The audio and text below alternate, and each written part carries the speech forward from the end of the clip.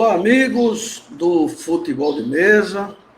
Estamos aqui para apresentar mais um documentário referente ao nosso futebol de mesa,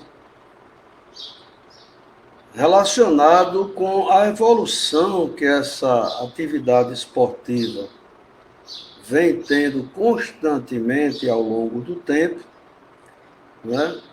Exatamente para mostrar para os antigos praticantes dessa modalidade, como também para os novos praticantes, né, de que o futebol de mesa, assim como qualquer outra atividade esportiva, elas passam por evolução contínua, né, durante a sua trajetória, a partir de sua criação. A princípio, não temos na nossa literatura um histórico de aonde foi criado o futebol de mesa, onde foi inventado o futebol de mesa, né? O que sabemos é que o futebol de mesa ele tem uma semelhança muito próxima com o futebol de campo, né, que é praticado.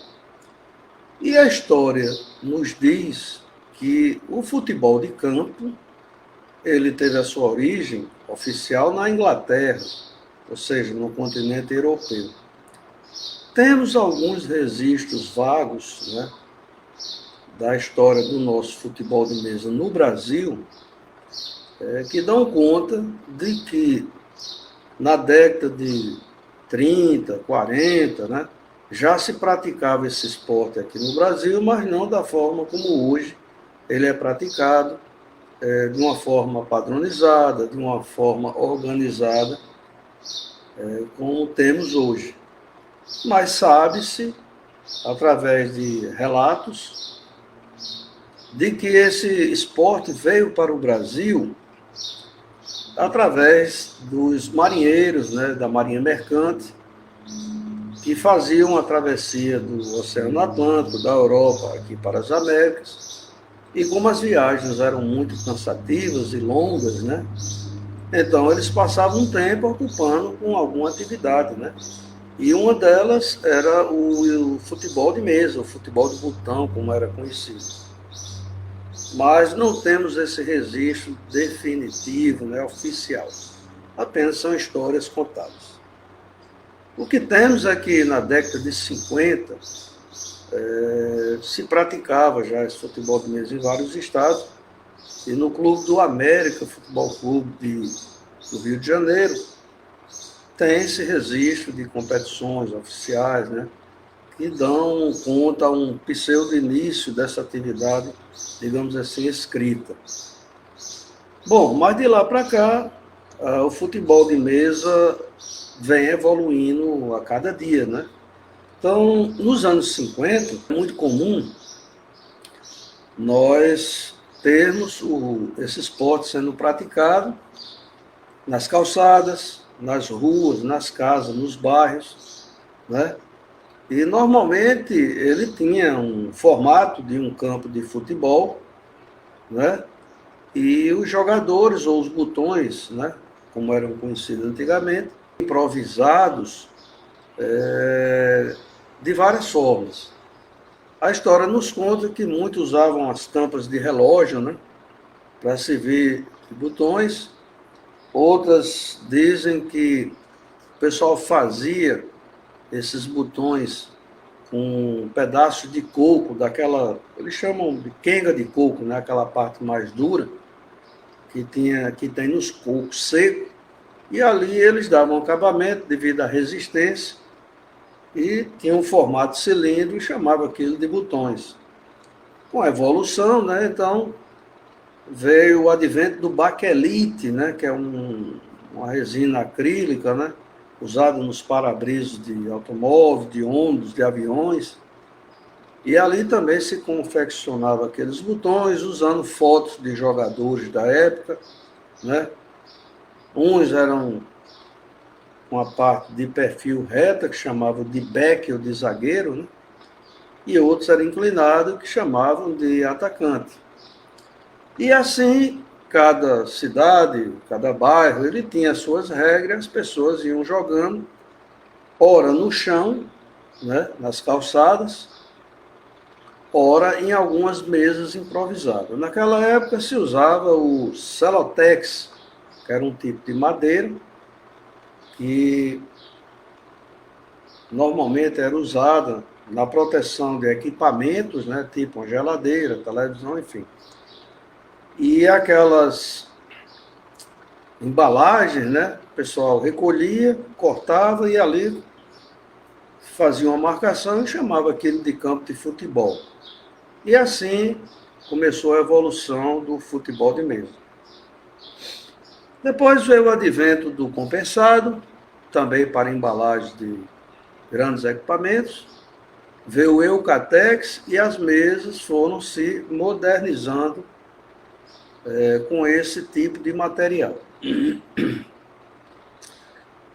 Normalmente eles usavam nas mesas, que não eram padronizadas, uma proteção lateral, né? Exatamente para evitar dos jogadores caírem quando fosse lançado e saíssem de campo, também chamada de sarrafo. E foram adaptando as traves, as palhetas, enfim.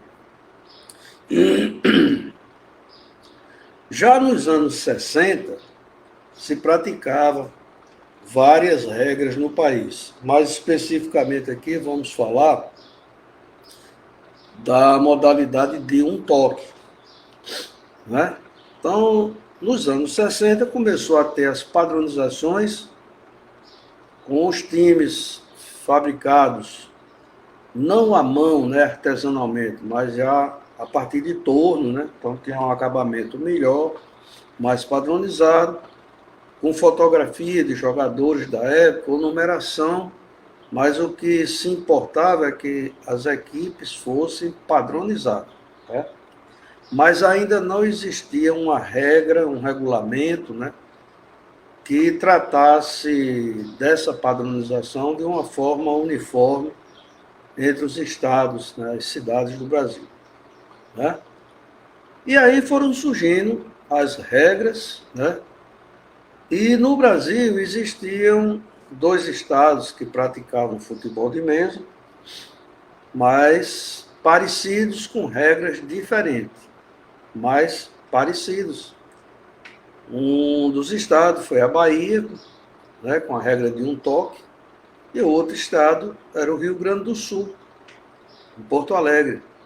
Mas já se praticava em outras cidades também, tanto do interior da Bahia como do interior do Rio Grande do Sul. E foi numa dessas competições organizadas pelos botonistas desses estados, né, e estados vizinhos, que fizeram uma competição nacional em Porto Alegre. E ali, após aquela competição, que eles chamaram de Campeonato Brasileiro, aqueles baluartes do futebol de mesa sentaram-se e discutiram as 2 regras e ali unificaram uma regra só que hoje chamamos a regra de um toque disco liso. Uma mistura da regra gaúcha com a regra baiana. E foi aí que surgiu essa regra que hoje, na verdade, surgiu o regulamento, que dentro do regulamento é que existem as regras. E ali se definiu um padrão, né, do tamanho de uma mesa e também as dimensões máximas de um jogador ou um botão, né? Então a mesa ficou definida como sendo um tablado que medisse 2,20 m de comprimento por 1,60 m de largura, tendo na sua parte interna as dimensões de um campo de futebol proporcionais, tendo toda aquela marcação, como área pequena, área grande, círculo, linha divisória, quarto de círculo no escanteio, e assim se padronizou a mesa. Inclusive com os cavaletes, a altura dos seus cavaletes, que não podia passar de 78 centímetros. E quanto aos botões, os jogadores também tiveram a sua padronização, que deveriam ser fabricados em resina acrílica ou algo similar, e que ele não tivesse dimensões que excedesse o diâmetro de 60 milímetros e a altura de 10 milímetros. Então, essas são, ou foram as dimensões máximas definidas para os botões, de modo que eles fossem padronizados.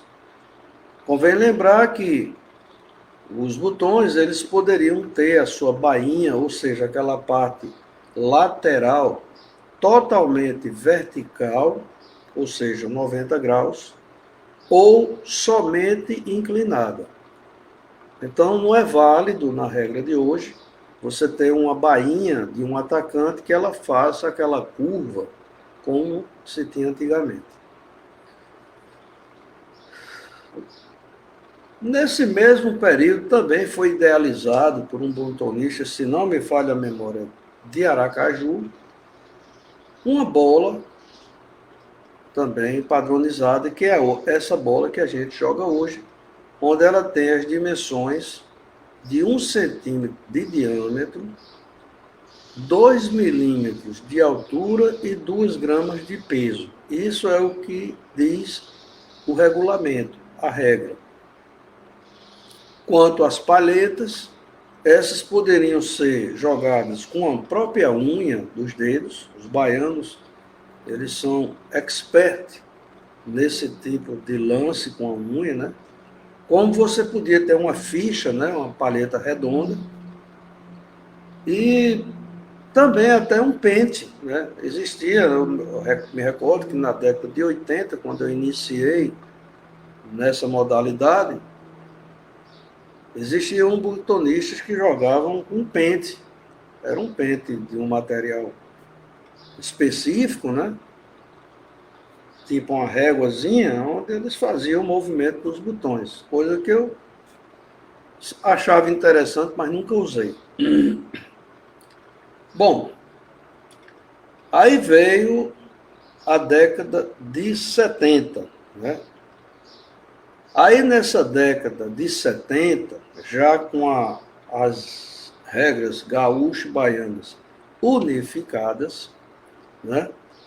Então passou-se a jogar com essa modalidade e serem criadas associações em vários estados, que posteriormente deram origem às federações. E já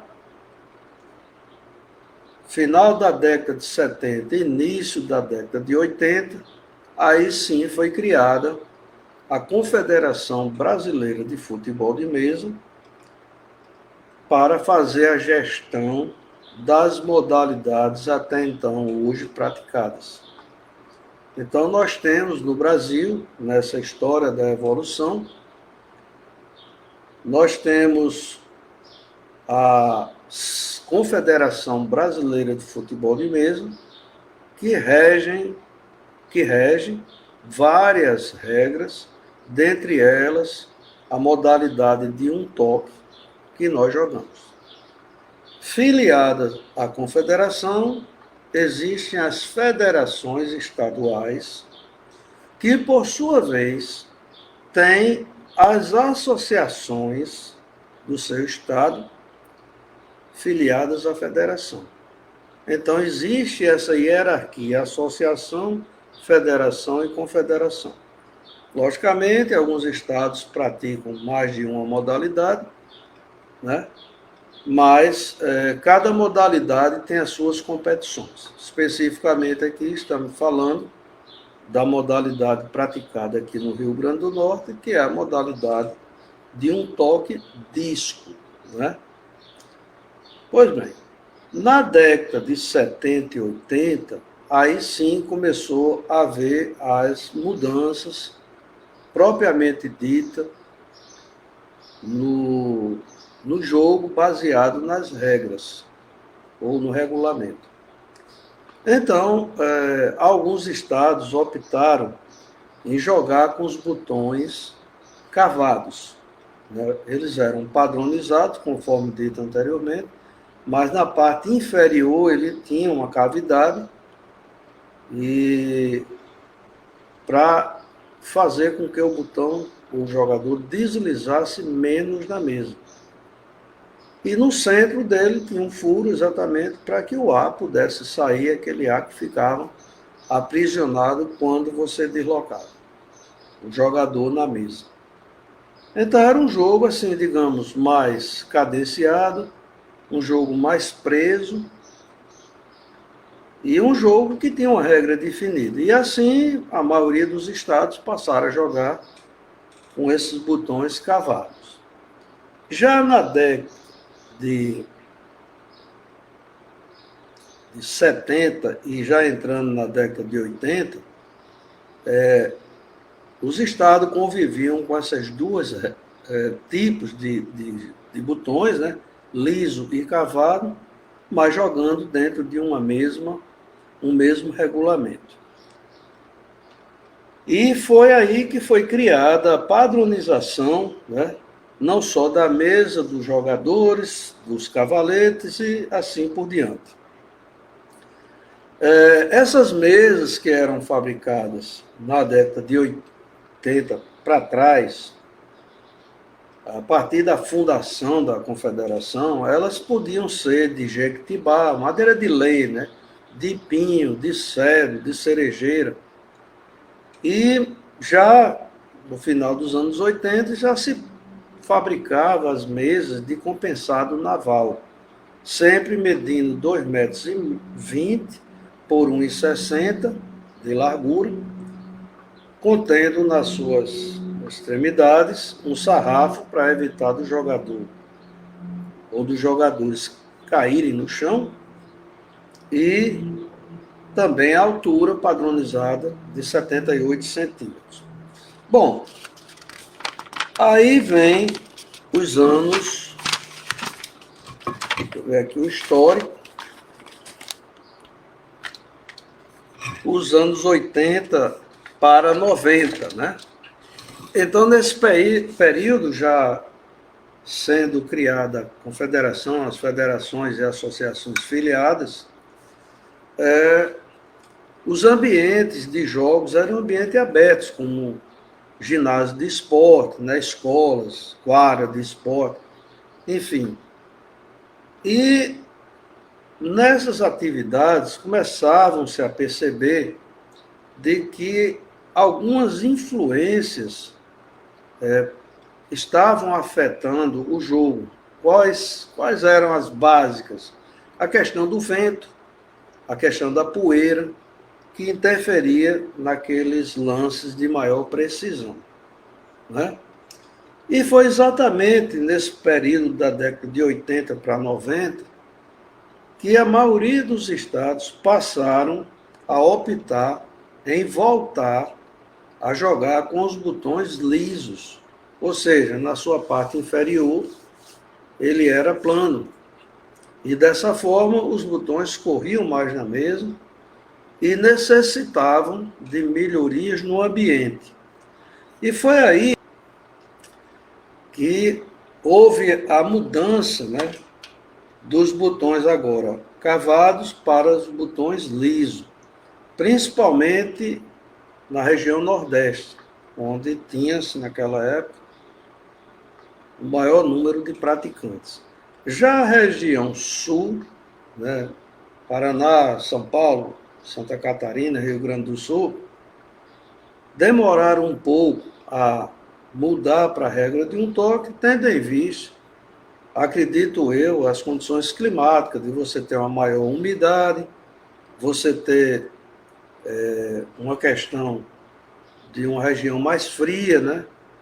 Onde usar ar-condicionado numa região fria não seria uma melhor alternativa, já que o frio naquela região ele é mais, digamos, crítico do que aqui no Nordeste, né?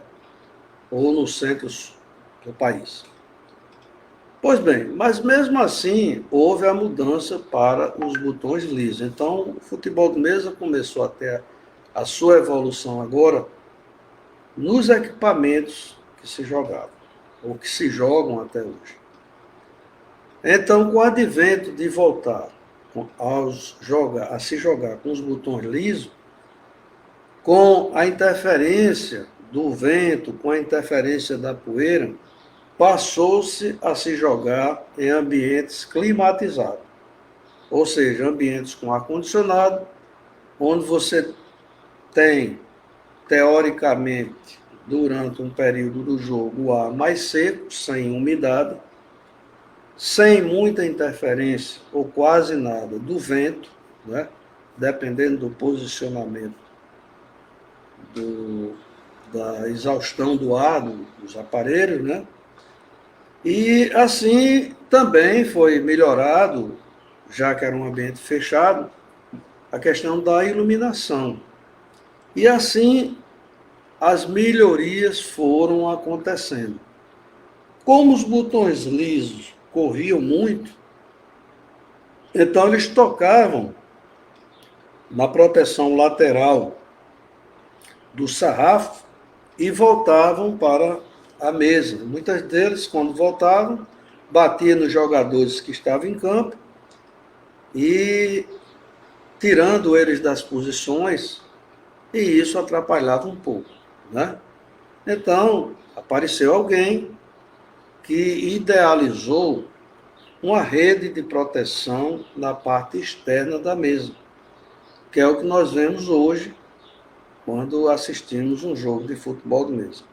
Então, o jogador, quando vai sair de campo, ele, ao invés de tocar no sarrafo e voltar, ele simplesmente passa direto e cai dentro dessa redinha, evitando a sua queda no chão e, consequentemente, evitando de voltar para campo.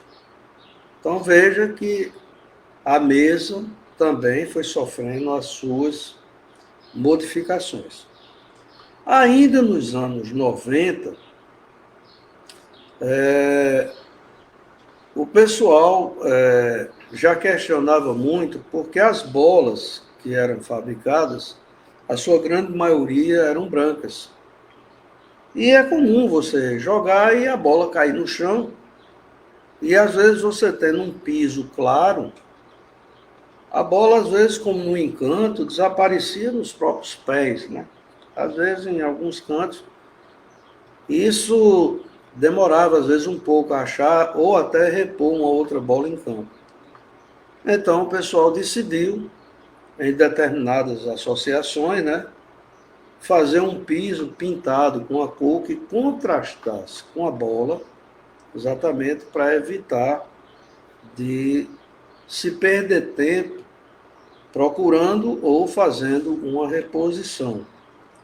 E assim o futebol de mesa foi tendo as suas evoluções.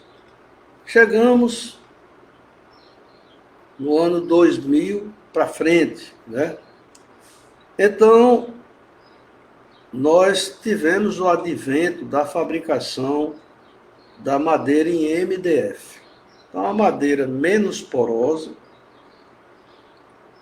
com um custo relativamente menor do que o compensado, e assim as mesas, já que a maioria dos botonistas jogam na modalidade disco liso, então começou a haver a mudança do material dos tablados. O que era compensado, o que era jequitibá, o que era cedro, começou a dar espaço para esse novo tipo de madeira, que é o MDF.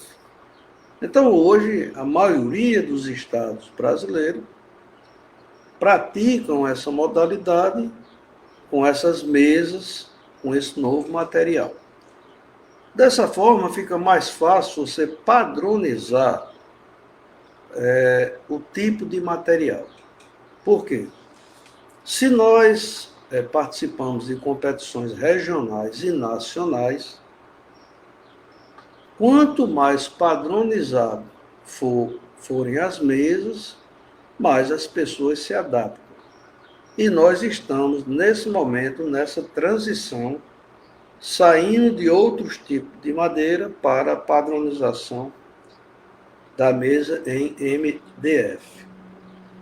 Mas foi nos anos 2000 para frente, especificamente 2007 e 2010, que a Confederação Brasileira de Futebol de Mesa, que é guardiã do regulamento, fez algumas revisões de modo a adequar melhor as regras da modalidade e também até comparar com o futebol de campo.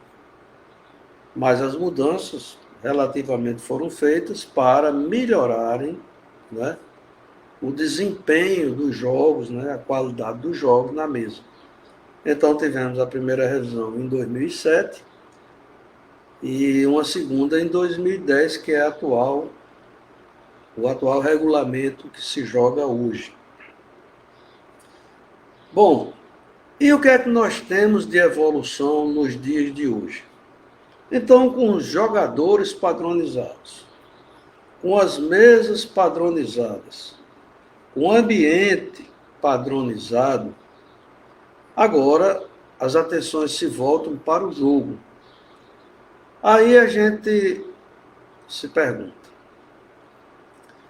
o futebol de mesa, ele tem um princípio básico, que é você jogar com sua equipe no seu campo, que é da linha divisória para cá, voltando para você, e da linha divisória para lá, que é a parte da mesa onde o seu oponente joga.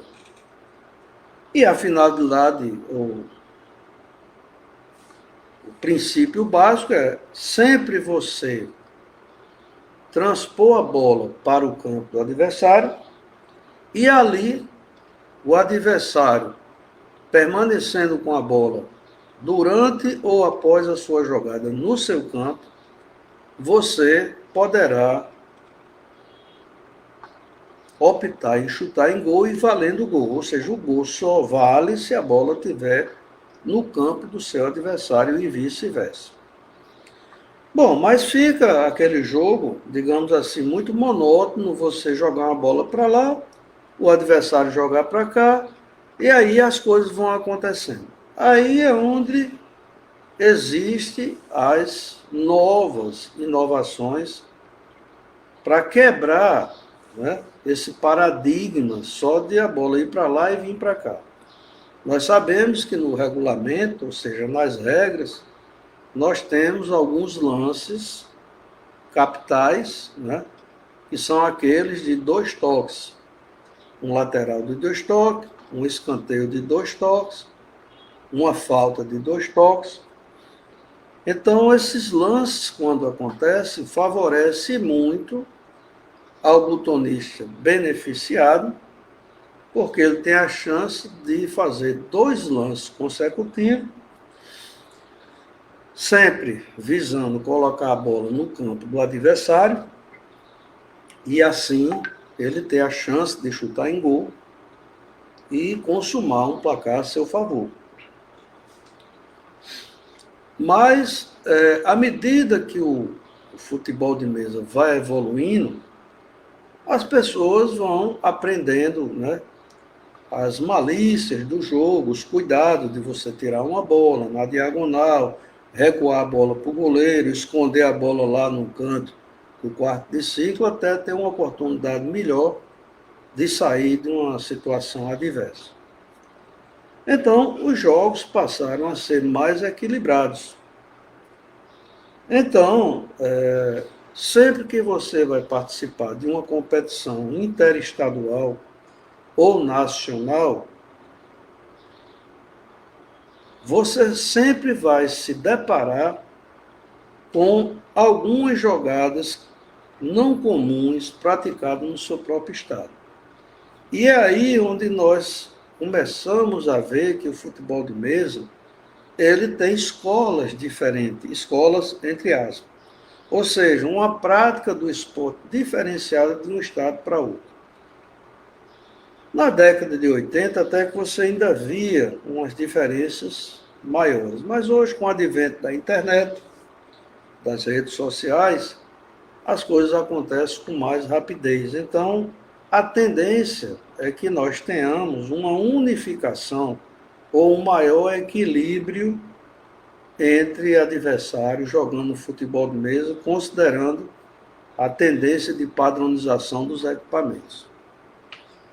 Bom, aí é onde vem as inovações que a gente precisa ter para fazer o futebol de mesa ter inovações.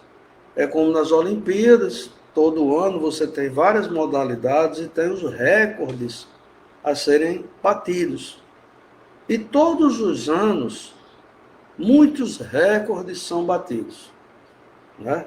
Então, pequenas diferenças, né, de procedimentos, de táticas, de estratégia, ou de preparação, né, que fazem a diferença para que esses recordes aconteçam.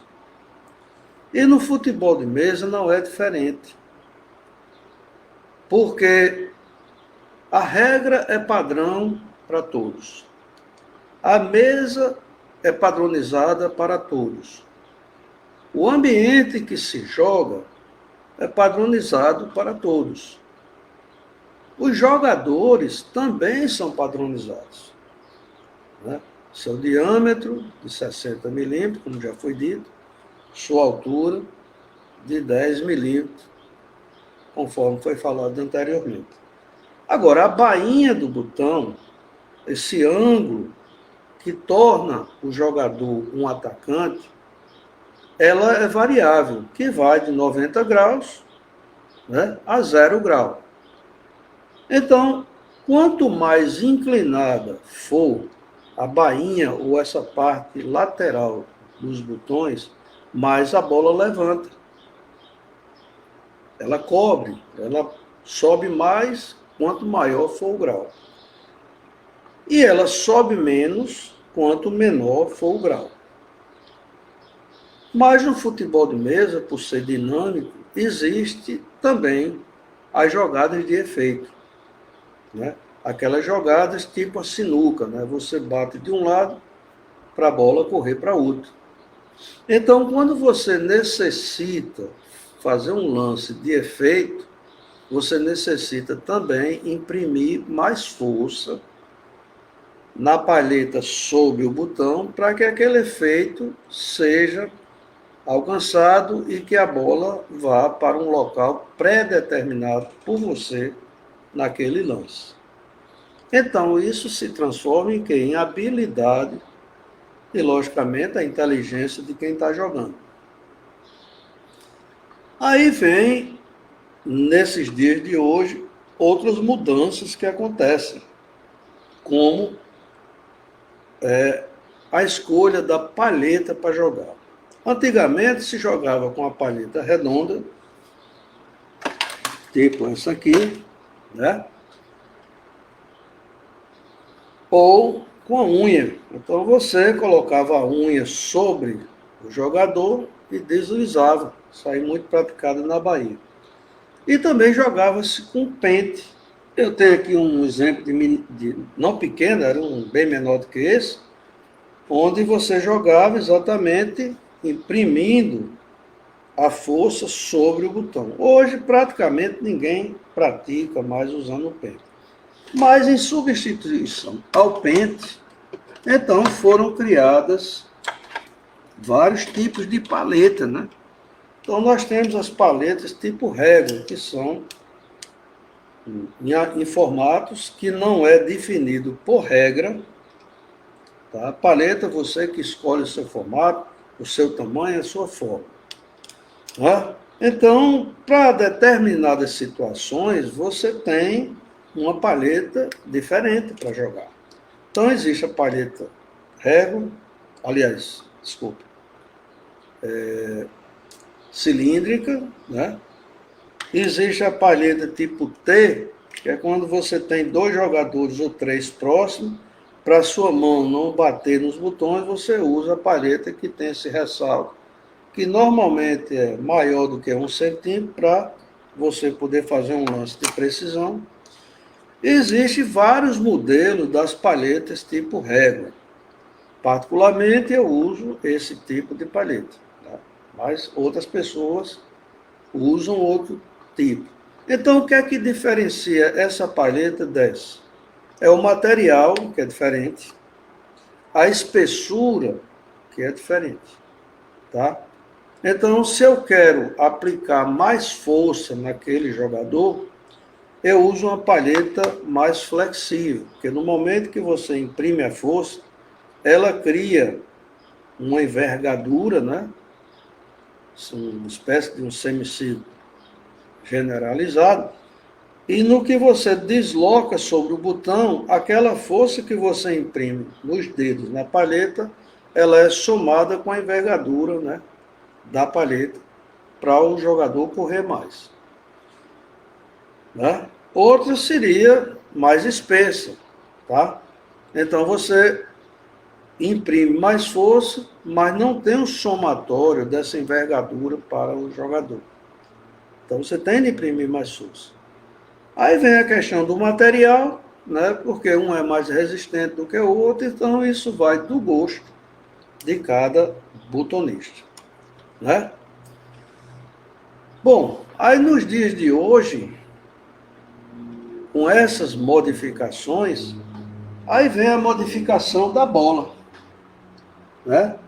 Como já foi dito, a bolinha, ela tem um material específico, não sei se é poliuretano, não tem um polietileno, acredito que seja isso o material, e a regra diz que a bolinha, ela tem de ter 1 centímetro de diâmetro, 2 milímetros de altura e 2 gramas de peso. Só que o nosso futebol de mesa tem evoluído nesses últimos tempos, onde o pessoal tem mudado a inclinação da bainha. Isso para ter mais precisão nos chutes com atacantes sobre o goleiro. Nós sabemos que se você tiver um jogador com inclinação muito alta, a tendência é você dar um chute e essa bola fazer uma espécie de parábola, né? Subindo e descendo, uma parábola mais fechada. Diferente se você tiver um jogador com a bainha menos inclinada, você necessita aplicar um pouco mais de força para que essa bola suba o suficiente para passar do goleiro e não ultrapassar a trave, né? E consumar em gol. E aí você não tem uma parábola muito acentuada, e sim uma parábola mais suave. Então, houve a mudança da palheta, houve a mudança da bainha dos botões, e isso afetou as características da bolinha.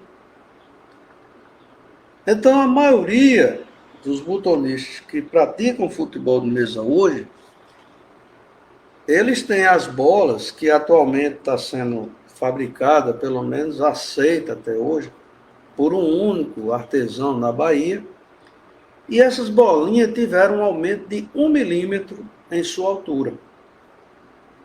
Mas o regulamento não mudou ainda, mas acredito que possa mudar, porque é a aceitação que nós temos.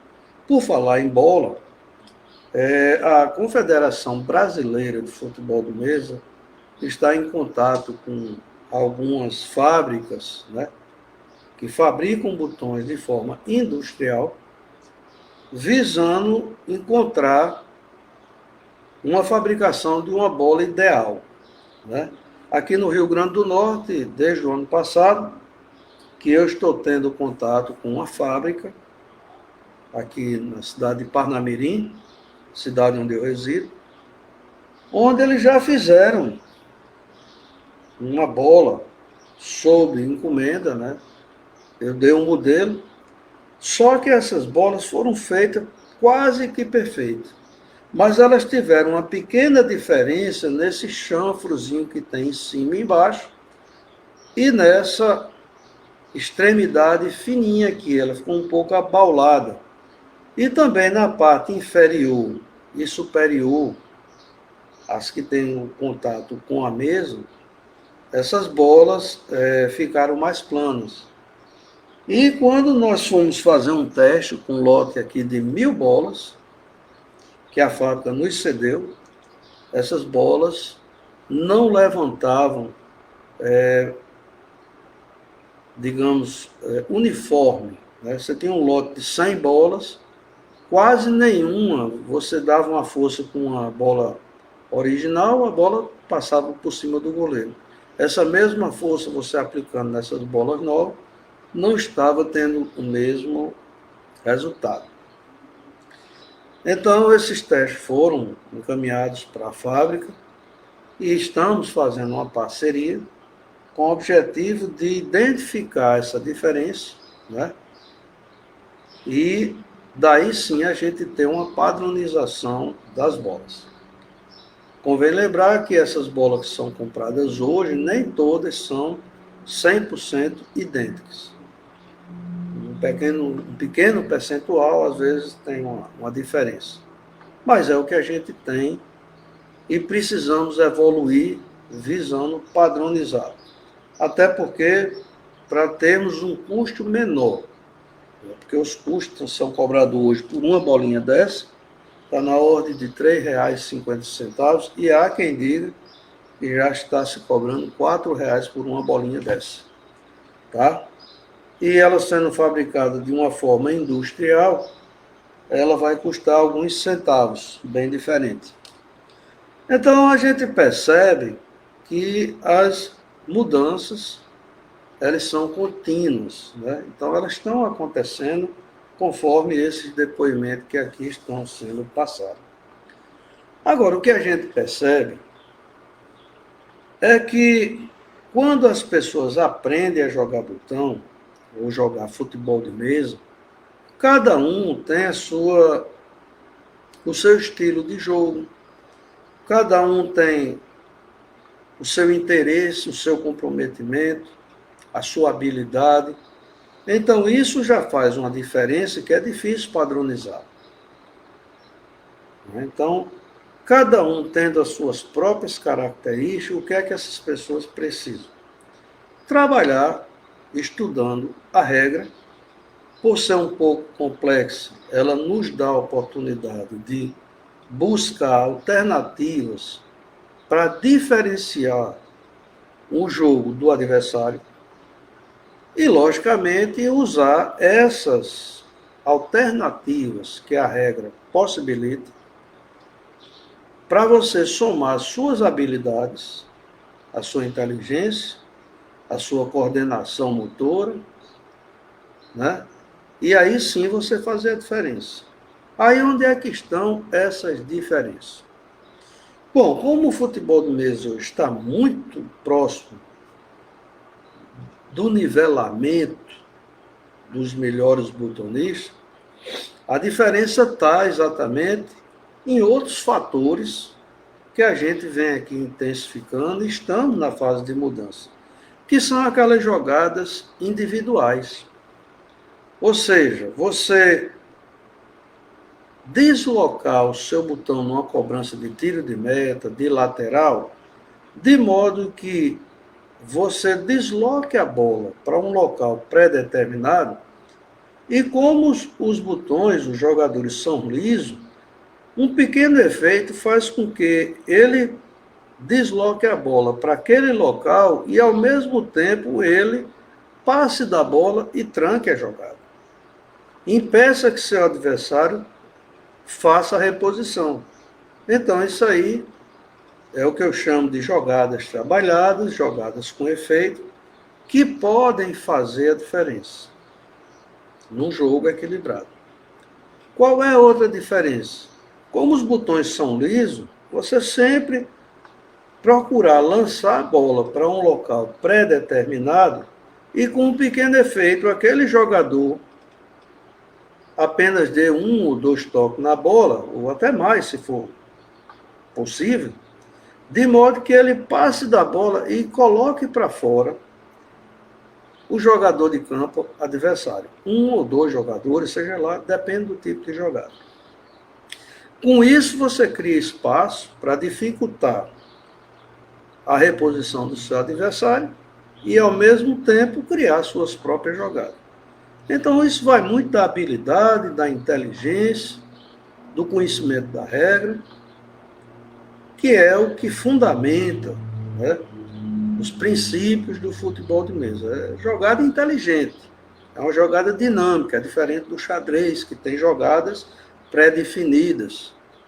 A torre vai num sentido, o cavalo vai no outro em forma de L, o peão só vai para frente ou na diagonal. Isso é um xadrez. O futebol de mesa é um dinamismo fora do comum. Você não sabe o que pode acontecer. Agora, para que você coloque essas habilidades em funcionamento, aí é onde vem alguns fatores que interferem na criação daquelas jogadas que você pretende fazer. E que fatores são esses?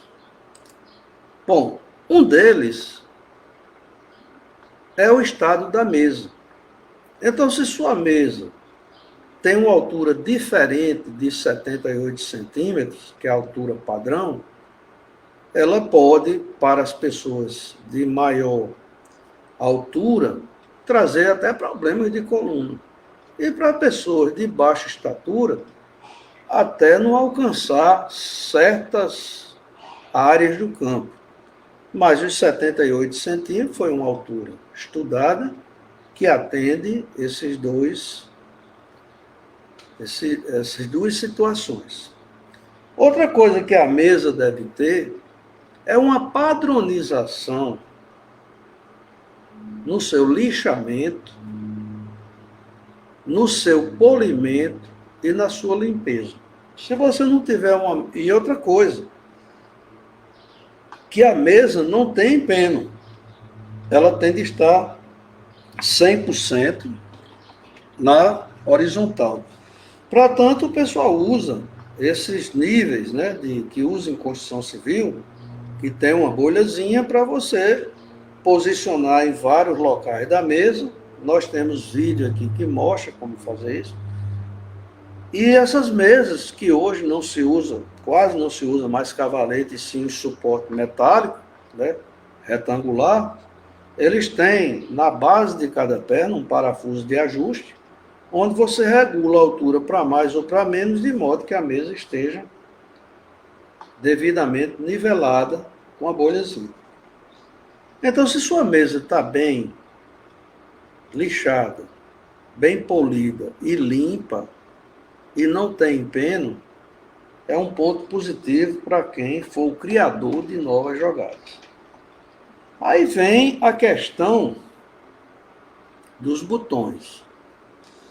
Os botões, como já dissemos anteriormente, eles são padronizados. Tá? Então, geralmente de palatom, de acrílico, resina acrílica, resitron, né, baquelite, não importa, mas eles são padronizados pelas suas dimensões. Então, se você tem uma equipe do mesmo tamanho, mesmo diâmetro, facilita muito você ter um domínio dos seus jogadores. Diferente, você tem um jogador mais alto, outro mais baixo, um com a bainha maior, outra menor, enfim. A questão de você ter jogadores diferentes vai depender daquelas táticas, estratégias que você tem durante o jogo, ou durante os treinos para usar durante o jogo. Então, isso é uma opção que cada butonista tem, desde que respeite as dimensões que a regra preconiza, ou que o regulamento preconiza. Agora, o que vai fazer a diferença para aquele jogador obedecer aquele seu comando é exatamente, primeiro, ter como precedente uma mesa como foi falado. A altura certa, não tem empeno, lixada, limpa, polida e limpa. Esse é um ponto. Segundo ponto são os botões. Então, os botões, para que eles deslizem mais na mesa, é importante que ele tenha um menor atrito com a mesa na sua parte inferior. Então, para isso, nós temos aqui na TV Palheta, no canal da TV Palheta, alguns vídeos mostrando como você fazer um lixamento correto dos botões. Tá? Então, tem os procedimentos passo a passo, usar lixas, as posições que você deve lixar, de modo que você tenha na base de cada jogador o menor atrito possível. Mas também você não pode lixar mais demais as laterais, digamos assim, de cada botão, a parte circular, sob o pena de você colocar a palheta e o botão passar por cima da bola. Então, tem de ter um procedimento ou uma orientação de quem sabe fazer isso. Né? Então, a gente já disponibilizou aqui uma forma. Por quê? Não, várias formas de você polir. Porque se você tiver o botão bem polido, bem lixado, é uma coisa. Se você não tiver, é outra. Então, se ele não tiver bem lixado, você vai dar um toque, ele pode ir intermitentemente em direção à bola, como ele pode prender entre o seu ponto e a bola e por aí vai. Tá? Então, você tem que ter uma lixada uniforme. Mas também, você precisa ter, para a sua precisão, você precisa que ele esteja bem polido. Então, após lixar, existem vários produtos que você tanto pode usar embaixo do botão, como em cima, ou os dois ao mesmo tempo. Então, assim, aqui eu recomendo, isso aí é uma prática que eu adquiri, normalmente na parte inferior dos jogadores, eu uso o lustramóvel Poliflor. Tem outros que usam parafina, cera de carnaúba, cera de sapato, enfim. Então, cada um se adapta ao produto que melhor lhe convier.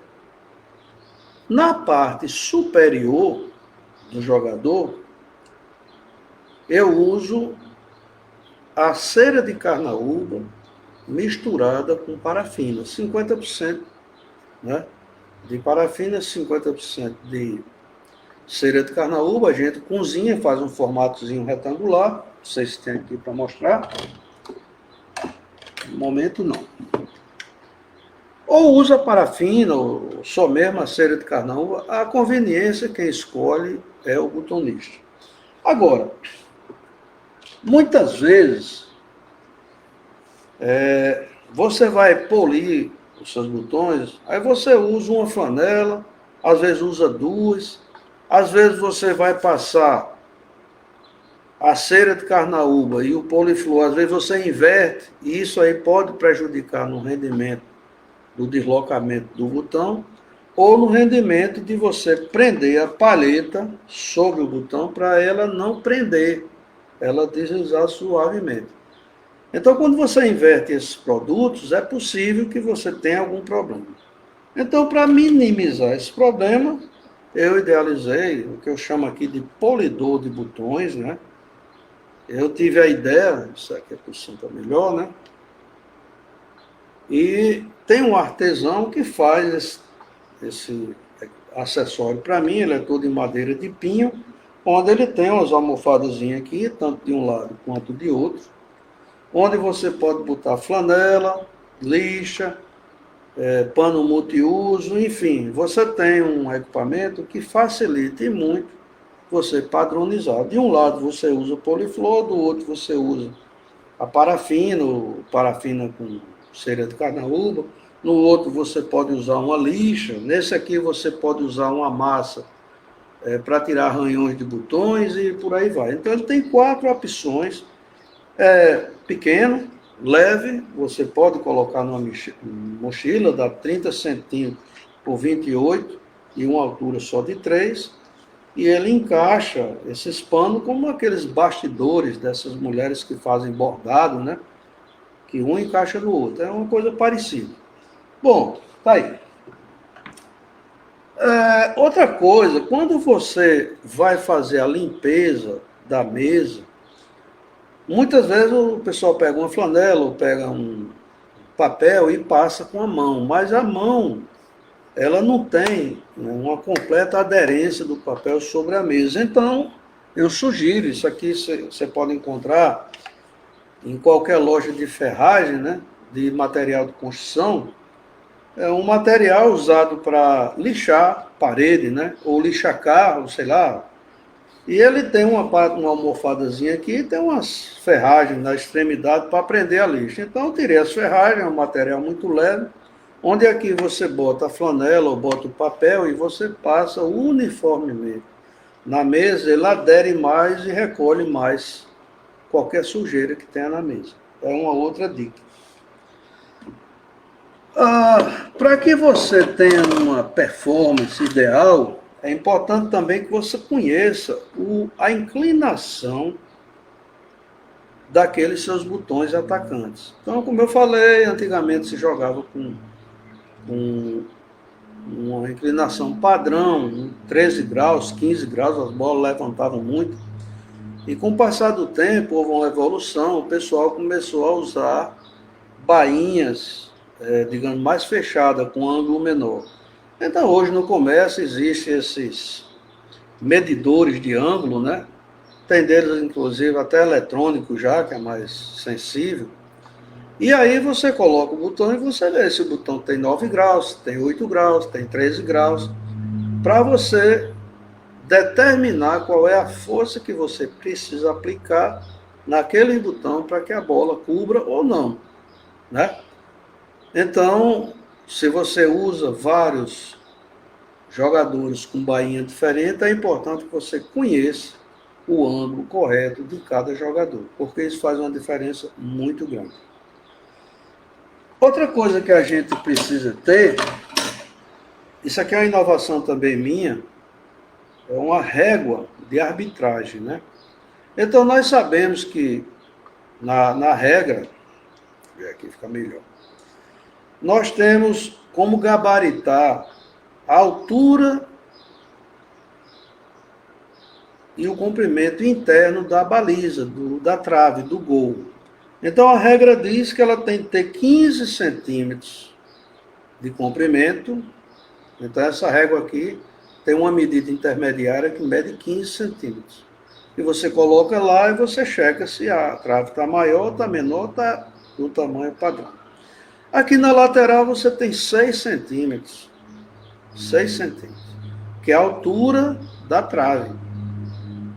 Aqui no centro nós temos um retângulo para medir o comprimento e a largura. Comprimento e largura do goleiro.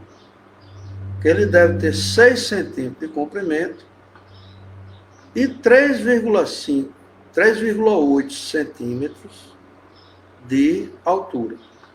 E nesse retângulo aqui, você tem como medir a altura do goleiro, que é de 2.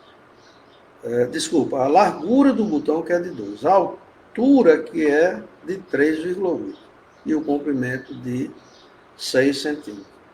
Nesse outro retângulozinho que você tem aqui, seria a dimensão máxima de um botão, que é de 6 centímetros por 1 centímetro de altura. Ok? E nessa escala maior aqui, externa, nós temos aqui o equivalente a 18 centímetros. A regra diz que quando você vai dar a saída do jogo, você precisa que os jogadores de ataque que estiverem arrumados no seu próprio campo, eles fiquem a uma distância mínima entre si de 18 centímetros. Normalmente o pessoal usa o goleiro como uma referência, porque ele tem 3 centímetros e muitas vezes tira o goleiro que está ali na posição de iniciar o jogo para sair medindo, colocando o dedo. 3 goleiros dá 18 centímetros. 3 vezes 6, 18. Já essa régua já lhe dá a medida precisa. É só você colocar ela entre os 2 botões de sua equipe. Já a distância na linha divisória, entre o seu jogador e o jogador adversário, ele não pode ser menor do que 6 centímetros. Então você usa essa parte aqui da régua, que é de 6 centímetros, ou o tamanho do goleiro. Nessa régua também existe uma escala de 12 centímetros. Onde é que você usa essa escala? Essa medida de 12 centímetros. Quando você vai bater um lateral ou um escanteio de um toque, A regra diz que do local onde a bola partiu, ela tem de se deslocar no máximo, no mínimo, desculpe, 12 centímetros, ou a distância de dois goleiros, que 2 vezes 6 são 12. Também é comum o árbitro, o técnico, pegar o goleiro, tirar da sua colocação e ali fazer as medidas. Isso aí não deve ser feito, porque nem sempre você coloca o goleiro no mesmo local. Então, essa régua aqui, ela pode ajudar as arbitragens a fazerem as medidas corretas sem ter que estar mexendo em posição de jogador que está em campo, tá? Então, isso é uma sugestão, tá certo? Eu acho que a própria Confederação Brasileira devia se empenhar em ter nos seus eventos, né, ou as próprias federações, réguas dessas suficientes para ser entregue aos árbitros, para facilitar as arbitragens. Não custa muito caro, é de material de acrílico, com 6 milímetros de espessura, e aquelas pessoas que tiverem interesse em mandar confeccionar, nós temos aqui no nosso arquivo e podemos encaminhar para quem tiver interessado. Então, isso não deixa de ser uma inovação para que você melhore o desempenho dos jogos, né? Outra ideia que tem aqui, que eu também idealizei, é um suporte para goleiro, tá? Também de acrílico, transparente, de 6 milímetros, onde ele tem, nesse caso aqui, nesse modelo, 3 espaços onde cabe o goleiro aqui dentro, uma pequena folga. Então você pode introduzir essa peça dentro do gol, e aqui você tem 2 posições do goleiro na diagonal e uma posição, digamos, para a cobrança de pênalti, que ele tem que estar exatamente com a sua extremidade anterior sobre a linha, ela não pode estar fora. Então isso é feito sob medida, esses 2 ressaltozinhos que tem aqui, ó, nessa extremidade eles vão encostar na trave, e aqui já foi calculado que essa medida aqui do goleiro é em cima da linha. Então com isso, ao você introduzir aqui, você coloca o goleiro aqui em qualquer posição, para você treinar chute a gol. Qual é a vantagem dessa peça? No momento que você chuta gol, o jogador toca nessa parte da frente do suporte, né? Mas não derruba o goleiro. E assim, nos treinamentos, você pode botar 30, 40, 50 bolas e chutar quantas vezes você achar conveniente, sem aquela preocupação de estar sempre recolocando o goleiro na mesma posição, né? Então isso ajuda, o treino fica menos cansativo e você tira mais proveito.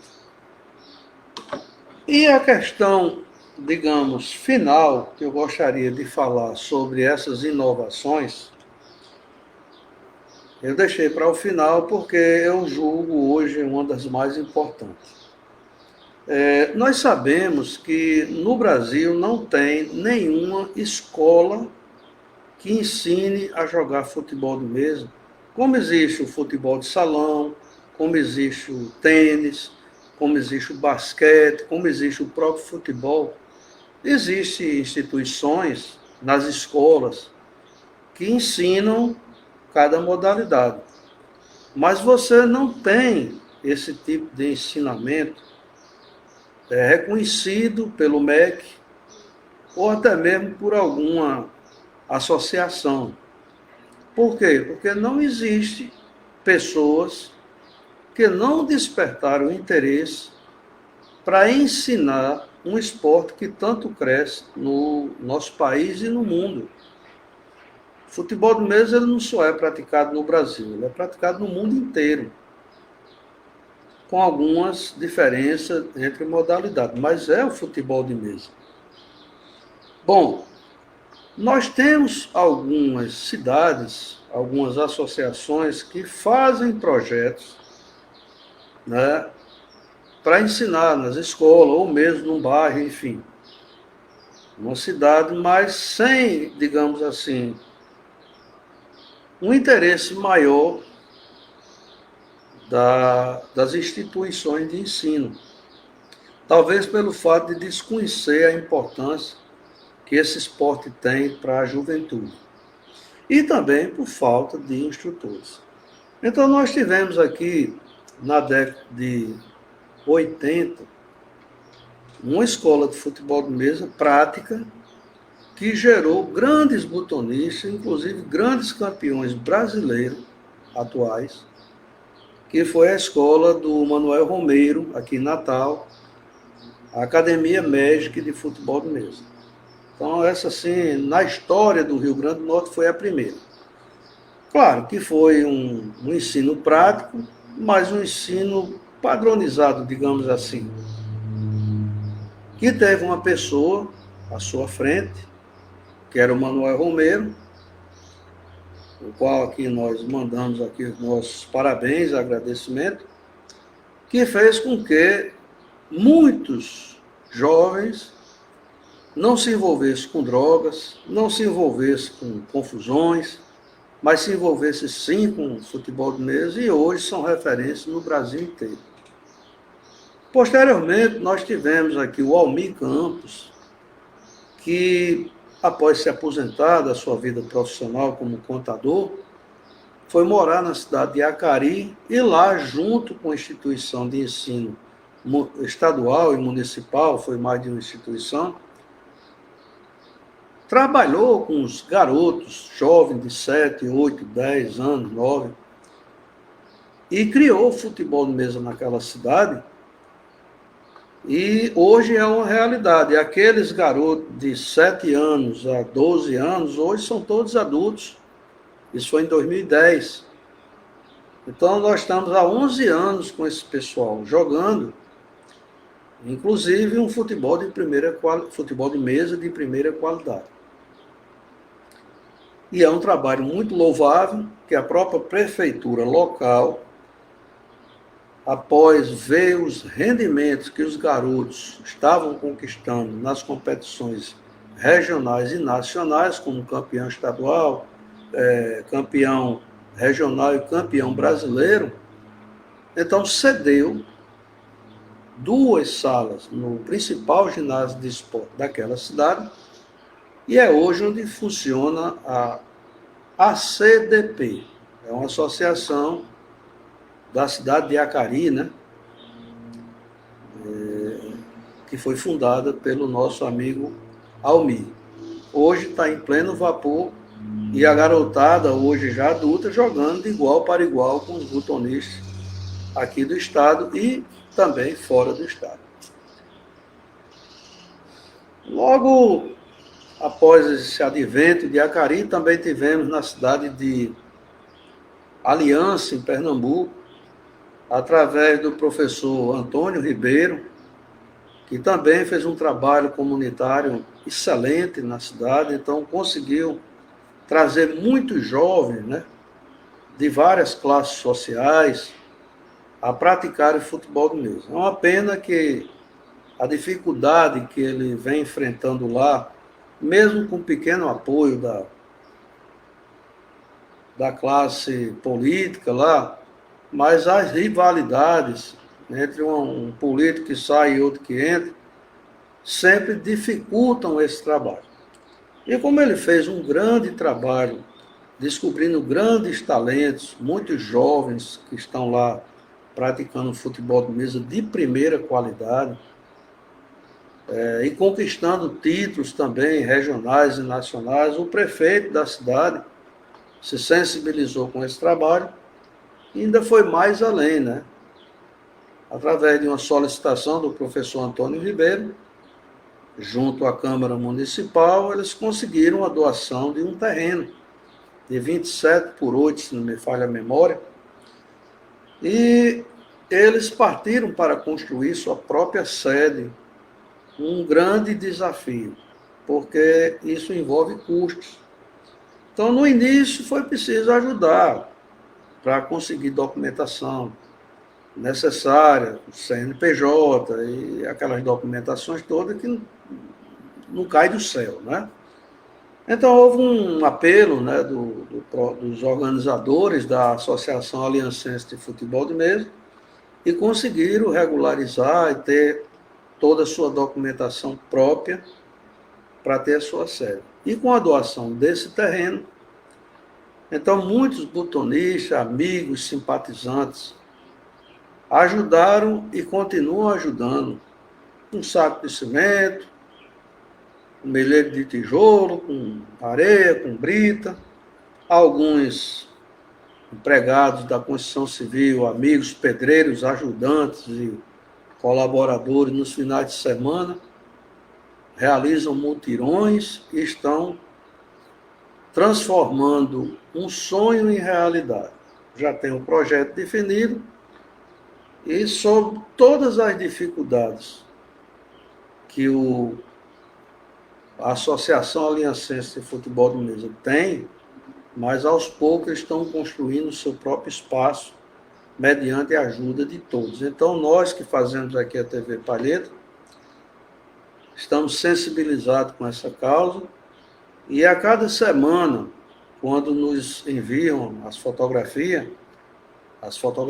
da evolução dessa construção, a gente vai, né, divulgando a expectativa que alguém que possa ter uma condição melhor possa ajudar de alguma forma.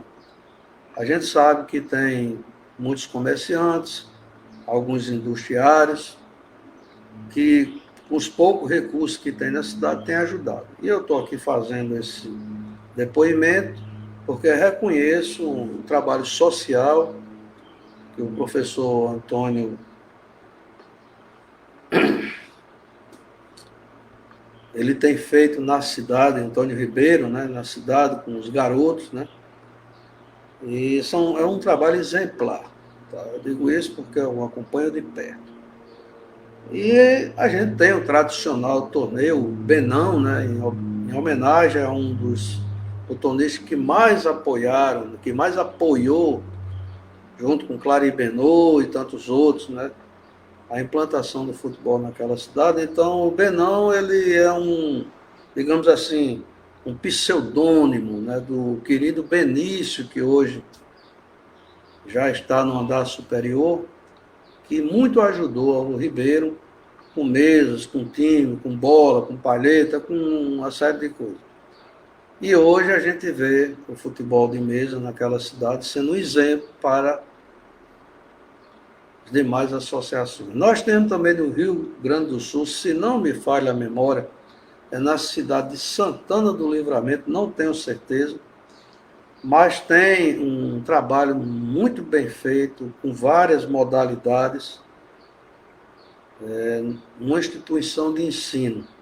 Eu não tenho muita informação, mas venho acompanhando as notícias que a gente recebe, alguns vídeos, algumas imagens, também é um trabalho muito bom.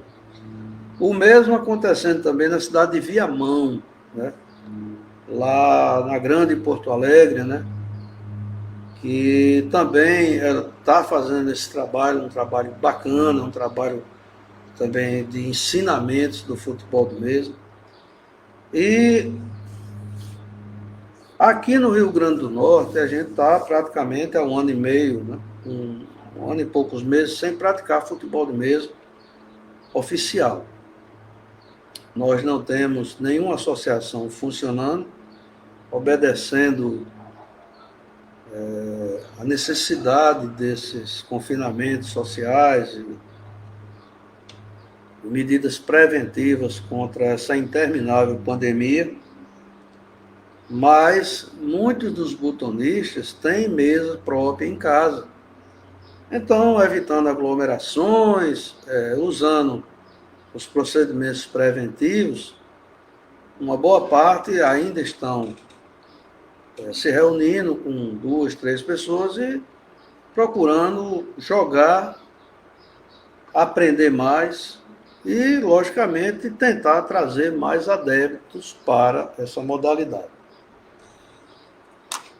E baseado nesse período que a gente está parado, nós aqui, através da TV Palheta, estamos anunciando que nesse período de pandemia, dos males o menor, né? Foi o melhor período que nós encontramos para fazer a divulgação do nosso esporte, né? E fazendo a divulgação, a gente atrair mais adeptos. E isso está acontecendo. É a passo de tartaruga, mas está acontecendo. Porque quem é que está hoje voltando ou se inserindo nos quadros das associações? São aquelas pessoas que hoje, a maioria, trabalham, uma boa parte já estão casados, né?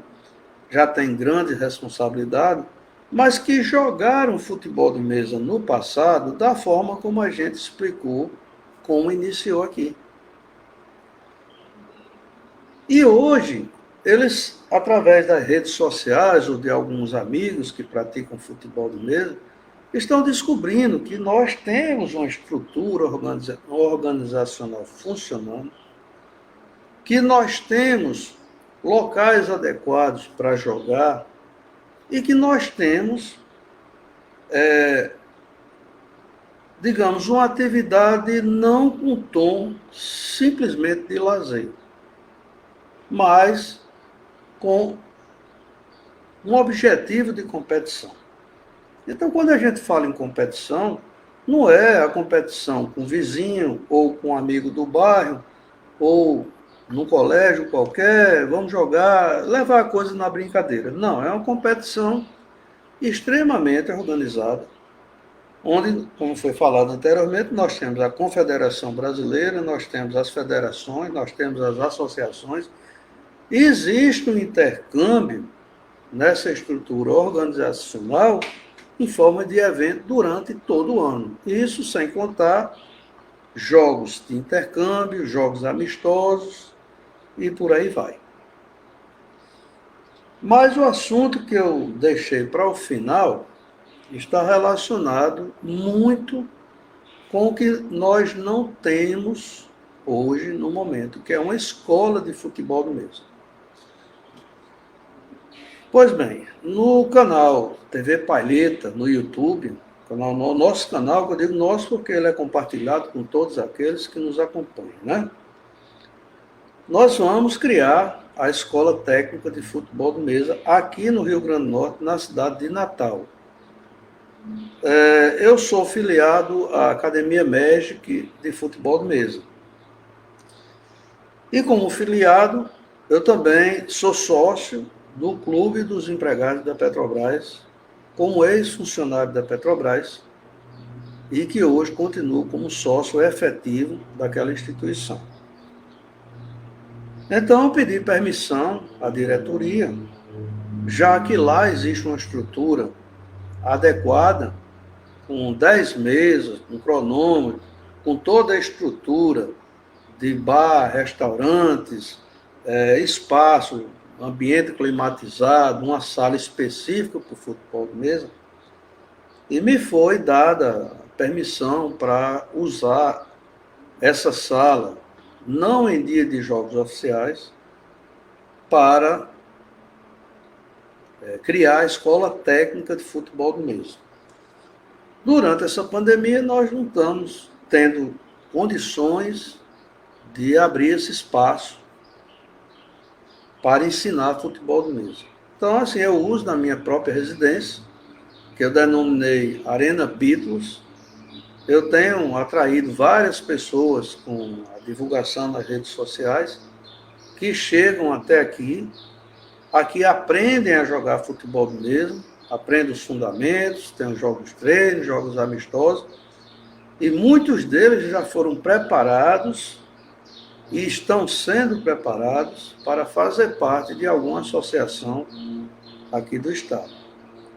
Então, praticamente, durante a semana, a gente tem recebido pessoas aqui, e são inúmeras as pessoas que vieram aqui, tá? E a gente, com isso, fica muito satisfeito, exatamente por saber que esse trabalho que a gente está fazendo, ele está surtindo efeito, não na velocidade esperada.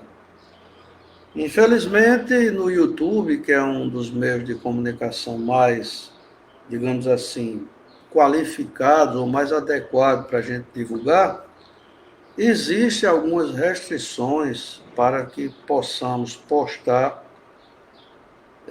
determinados vídeos, tendo como plateia as crianças. Então, existem limitações para isso, ou proibições para isso.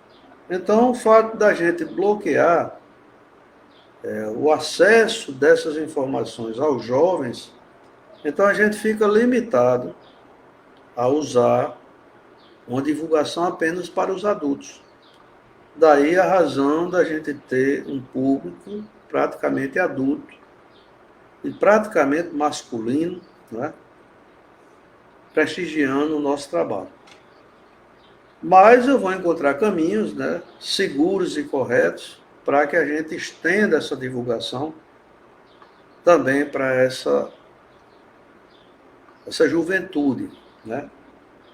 A gente sabe que existem algumas restrições, porque as redes sociais são muito poluídas, muito cheias de algumas coisas desagradáveis.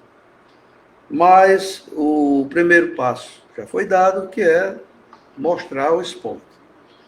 Agora, se você quer participar de um esporte só para brincar, uma vez, uma semana, outra ali, eu não acho que vale a pena investir em equipamentos, como mesa, time e tal.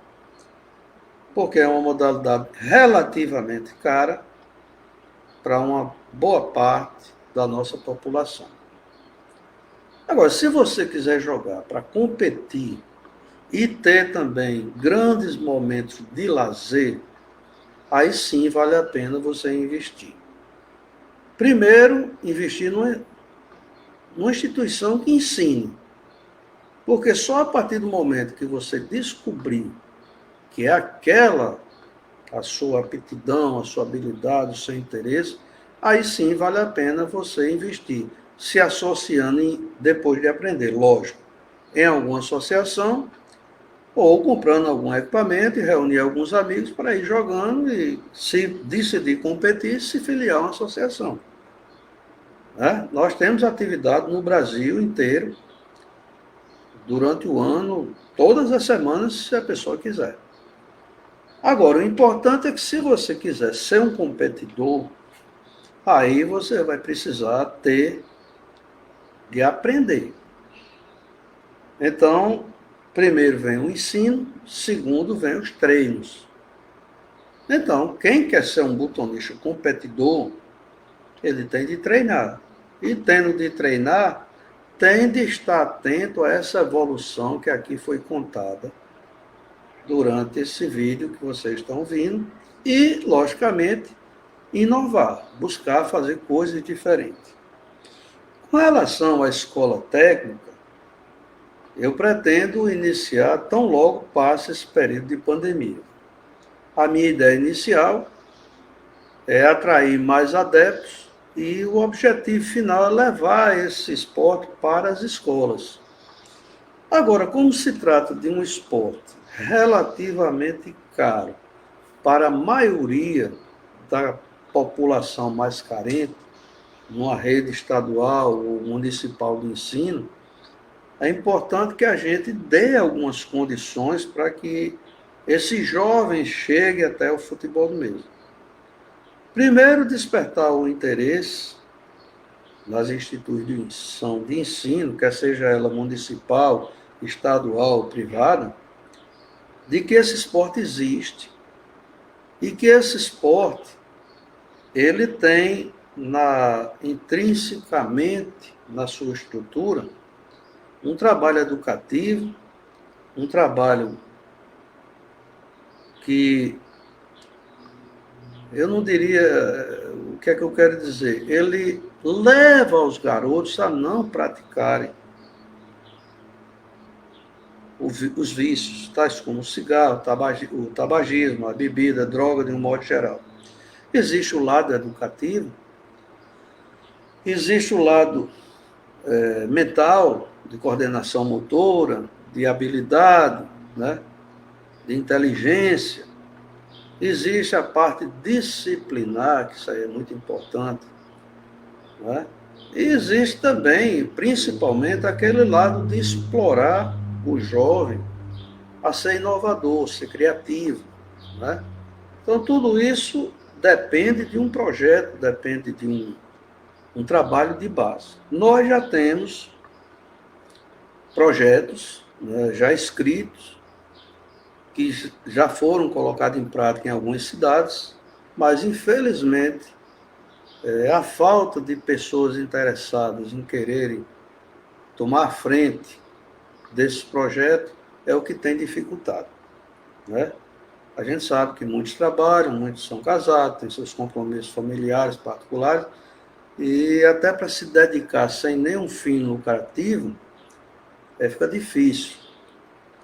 Bom, da minha parte é um pouco diferente, porque eu já estou aposentado, né? Quer dizer, tenho um tempo mais livre para poder me dedicar a divulgar o esporte, treinar pessoas. E eu pretendo, com essa escola técnica de futebol de mesa, fazer um trabalho gratuito. Tá? Então, independente de quem for treinar, não existe interesse nosso em cobrar nada, muito pelo contrário, apenas ensinar. Agora, as redes sociais, elas podem nos ajudar. Né? Por quê? Para você fazer um trabalho desse contínuo, digamos, todo sábado, de manhã e de tarde, você tem que se deslocar para um local onde você vai ensinar, que é onde vai funcionar a escola técnica de futebol do mesmo. Você passar um dia ali treinando pessoas a troco de nada, só mesmo muita dedicação.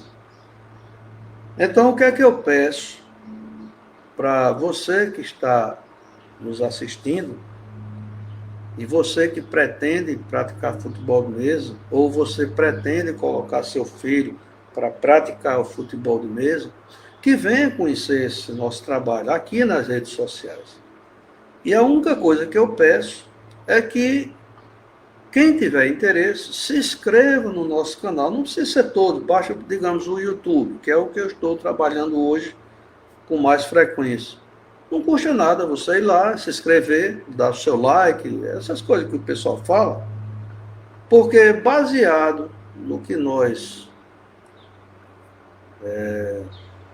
lemos na estrutura dessas instituições aí que regem essa informática e toda de internet, a partir de 1.000 pessoas inscritas naquele canal e tendo uma frequência de 4.000 visualizações mês, o próprio sistema do YouTube, ele calcula isso aí. Então, ele vai monetizar o autor daqueles vídeos. É pouco? É, mas é um começo. É uma forma que nós temos de receber alguma coisa por esse trabalho que a gente se dedica aqui, para evitar de cobrar de quem dele quiser participar. Então, se no início vai ser pouco, claro que a gente tem de manter um trabalho de divulgação para que esse número de inscritos cresça e que o número de visualizações também cresçam. Então, para que isso aconteça, é preciso que eu tenha histórias para contar. Que pode ser um jogo amistoso, filmado, pode ser uma aula filmada, pode ser uma transmissão que eu faça de um jogo na associação, com narração, com entrevista. A gente não gasta muito para fazer isso. A gente gasta internet, comprar alguns acessórios, uma câmera, um notebook, mas isso aí já faz parte do dia a dia da gente. Então, fica aqui dado o recado.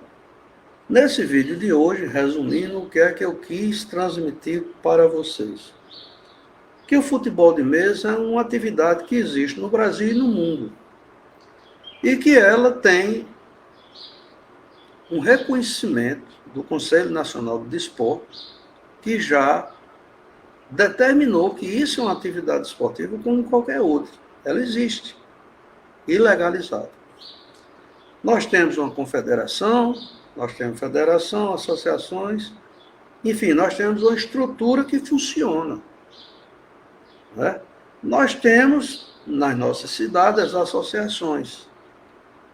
E nós temos, dependendo das modalidades, no caso aqui especificamente a modalidade de um toque disco liso, nós temos um regulamento, são regras a serem seguidas, padronizadas no Brasil inteiro.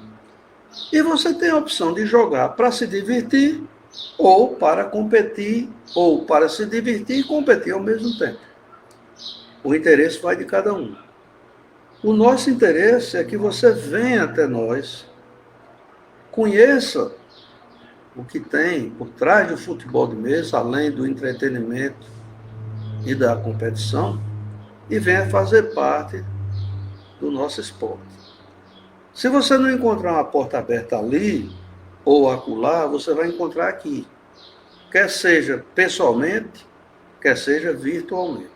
Nós estamos aqui para divulgar o nosso esporte e trazer mais adeptos para a nossa modalidade de esporte. E vamos acabar com aquela história de dizer que futebol de mesa é coisa de criança ou que eu joguei quando era criança. Você pode jogar em qualquer momento, em qualquer idade. Né? Você vai jogar dentro da sua categoria de idade. Né? Então, nós temos a categoria infantil, temos a adulto, temos a sênior e temos a master. Então, você vai se enquadrar em alguma dessas categorias. Porque aqui nós temos uma estrutura montada para isso. Tá? E dizer que, se você quer competir, você tem o básico para aprender. Mas tem um infinito de oportunidades para inovar, para criar, para ser um grande butonista. Então, aproveite essa oportunidade que nós estamos aqui divulgando o nosso esporte para vir conhecer. Então, você pode conhecer através dos nossos vídeos, você pode se inscrever no nosso grupo no WhatsApp, você pode se inscrever no Facebook, né? No YouTube. Nós temos canais para isso. Se você quer conhecer, entre em contato conosco. A maneira mais fácil é você usar o WhatsApp, eu acho. Então, se você quiser conhecer o futebol de mesa, mande uma mensagem para o meu WhatsApp, que é o 84, que é o DDD, aqui do Rio Grande do Norte. O telefone é o 996099552. Fala comigo, que aí eu lhe dou todos os caminhos que você pode trilhar na busca de conhecer essa fascinante modalidade de esporte. Ok, meu amigo? Então, valeu. Desculpe aí pelo vídeo prolongado, mas é a oportunidade que a gente tem de falar o máximo que a gente pode para atrair você que ainda não conhece essa fascinante modalidade de esporte, que é o futebol de mesa que praticamos aqui no Rio Grande do Norte. Ok, pessoal? Valeu e contamos com o seu contato. Um grande abraço.